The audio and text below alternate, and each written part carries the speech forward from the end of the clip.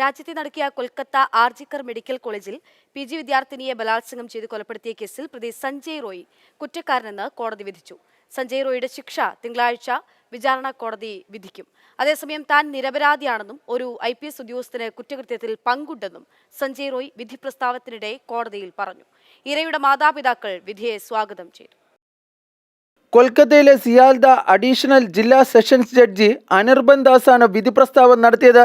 Seminar ഹാളിൽ വിശ്രമിക്കുകയായിരുന്ന medical വിദ്യാർത്ഥിനിയെ പ്രതി സഞ്ജയ് റോയ് ആക്രമിച്ചെന്നും ലൈംഗികമായി പീഡിപ്പിച്ചെന്നും തെളിഞ്ഞതായി കോടതി വ്യക്തമാക്കി. ഫോറൻസിക് DNA തെളിവുകളുടെ കൂടി അടിസ്ഥാനത്തിലാണ് പ്രതിക്കെതിരായ കുറ്റം സംശയാതീതമായി തെളിയിക്കാൻ പ്രോസിക്യൂഷന് സാധിച്ചത്. ആർജിക്കർ മെഡിക്കൽ കോളേജിലെ ബലാത്സംഗ കൊലപാതക കേസ് അപൂർവങ്ങളിൽ അപൂർവമായ കേസുകളിൽ ഒന്നാണെന്നാണ് CBIയുടെ അഭിഭാഷകൻ കോടതിയിൽ വാദിച്ചത്. അതിനാൽ പ്രതി സഞ്ജയ് റോയ്ക്ക് വധശിക്ഷ നൽകണമെന്നും CBIയുടെ അഭിഭാഷകൻ കോടതിയിൽ ആവശ്യപ്പെട്ടു. എന്നാൽ താൻ നിരപരാധിയാണെന്ന് സഞ്ജയ് റോയ് കോടതിയിൽ പറഞ്ഞു.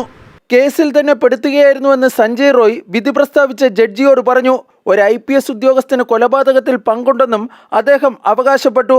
വിധി പ്രസ്താവിക്കുമ്പോൾ കോടതി മുറിയിലുണ്ടായിരുന്ന ഇരയുടെ പിതാവ് പൊട്ടിക്കരഞ്ഞു. കോടതിയിൽ അർപ്പിച്ച വിശ്വാസം ബഹുമാനിക്കപ്പെട്ടുവെന്ന് അദ്ദേഹം പറഞ്ഞു.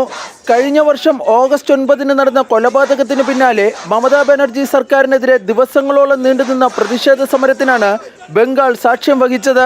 കേസിന്റെ അന്വേഷണം അപൂർണമാണെന്ന് ആരോപിച്ച് കൊല ചെയ്യപ്പെട്ട മെഡിക്കൽ വിദ്യാർത്ഥിനിയുടെ സുഹൃത്തുക്കളും സഹപ്രവർത്തകരും സിയാൽദ കോടതിക്ക് സമീപം ഇന്നും പ്രകടനം നടത്തിയിരുന്നു.